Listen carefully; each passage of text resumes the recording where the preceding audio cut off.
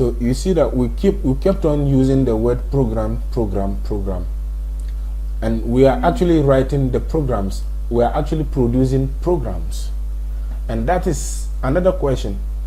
So if programming is the exercise or process of writing programs, what are programs finally? What are programs? It is very important. So if we say, okay, today we are going to program, it means we are going to take the exercise of writing programs. That's what our definition says. At this point, the definition is still vague and abstract. We cannot really comprehend much until we really know what a program is. What are we going to do? It's like you are sitting there and your boss comes, is like, okay, let's everybody, let's go. We are going out. Let's enter the car. We are going to do programming today. We are going to write programs. And if you never heard of such thing, you'll be like, okay, what is program? What are programs? What is it that what is it? What are we going to do? Right? So it is important we understand program, and that is what will even make the definitions clearer. It will make it clearer to understand that it is a process. It requires a process. So to understand the program part, we also have to look at our daily routines, how we execute things in our lives. I guess early this morning, before you joined this class, you went through so many stages in your life. Yes. So can we go through them one by one?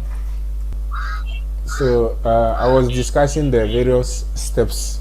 Okay, I was saying that we can realize that it all happens in terms of steps. Okay, it happens in terms of steps, and then I was saying that each one of these steps can even have its sub steps, right? So I was taking the example of the waking up, which might not just happen as in once you wake up. It starts with you hearing a sound, you hearing a noise, you hearing daddy and mom calling you, or you hearing alarm, or you just feeling uncomfortable in your skin and then just rolling. And by the time you realize, your body's awareness starts to rise, right? And the consciousness starts to wake up. And that's how you find yourself into the state where we call wake up, right? So you see, even each one of these steps we just mentioned can have its own sub steps inside it, but there's a key point to all, which is steps. It goes into steps. Now if we look at the steps aspect, and then we can also look at the fact that you did this today, but tomorrow you might need to think ahead, right, so that you can be able to execute these steps smoothly, because you don't want to waste time. You don't want to be trapped into some situation that will prevent you from missing these steps. So for example, you are having class tomorrow face to face, right? So it will have an impact on how you execute all the other previous steps. So what do you do today? You kind of plan, right? You cannot plan ahead. Very important.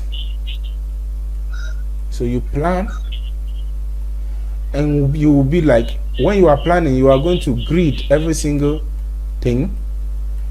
You are going to say, okay, let's say from 7 o'clock, and this is 8 o'clock, this is 9 o'clock, and so on, right? So you kind of grid your day, and you'll be like, okay, 7 o'clock is to rise. So you'll be like 7 o'clock rise, 8 o'clock shower, okay, 9 o'clock cook, and so on. Although by 9 o'clock you are in class, but it is an example. Okay, so you plan all these various steps, and then when you plan, what does it what happens? The steps will be executed into what we call sequences. So sequentially executed. One, then the other, then the other, then the other, and then the other. So when you put steps into sequences like this, you do what we call plan, schedule. Okay, my mouse is refusing to write. Schedule. So you did plan, you did schedule, and you did program.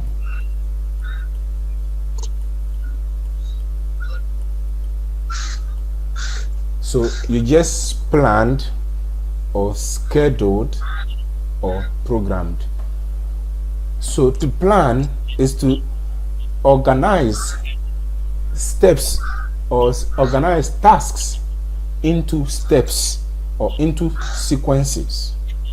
It's the same as schedule something. To schedule something is to put a certain number of tasks or stages of events into sequences in terms of time. So a program is basically function of time, right? And then steps or stages or tasks to be accomplished, like this. So whatever steps or whatever task you accomplish, there will be function of time. So doing this, whenever you do this, you do what we call planning, you do what we call scheduling, you do what we call programming. So if I ask you, plan your day, or schedule your day, or program your day, this is what you are going to do. So at this point, you can now understand that you have been programming your entire life up to now.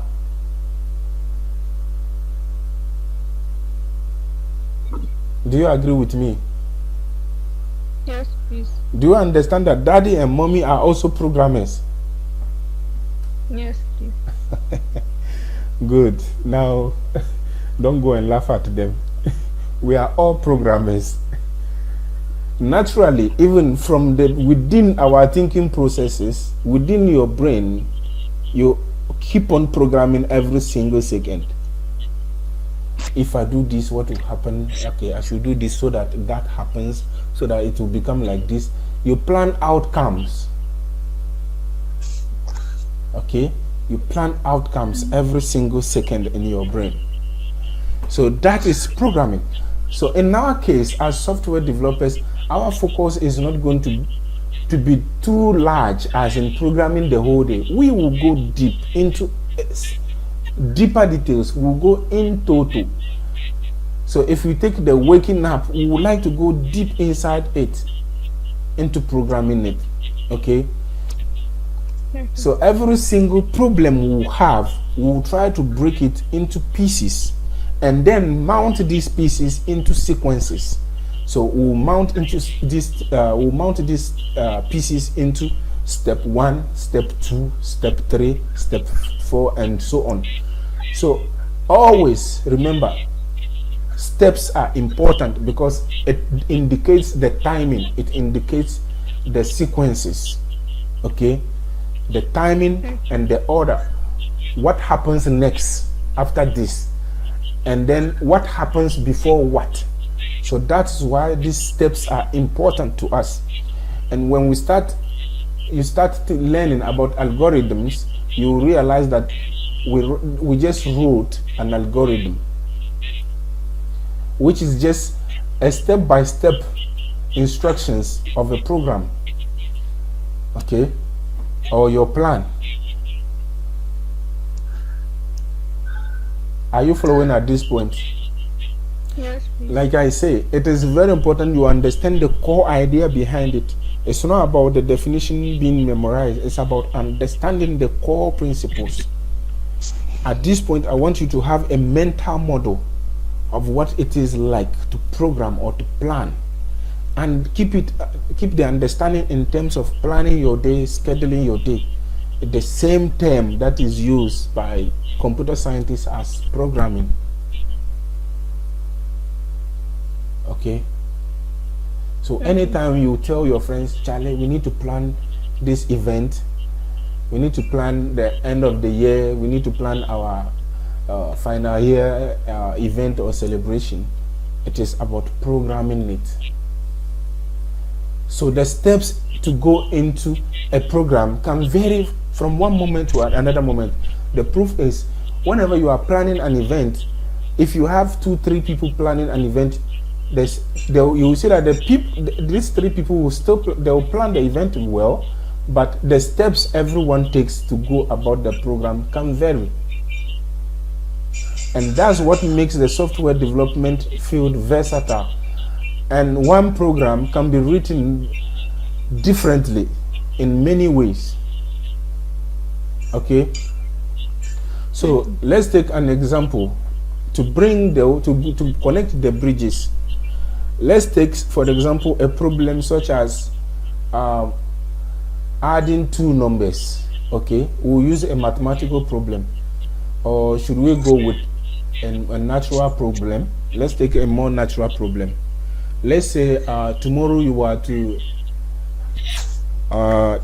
go to market, buy food stuff, and then after buying the food stuff, you are supposed to have a family meeting, and then after the family meeting, you are supposed to have a study time. So we have market, right? We have meeting,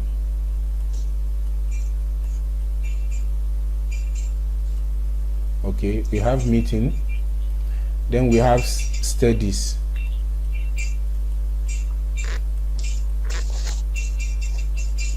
Okay, so we have 3 elements that are involved so far in our plan.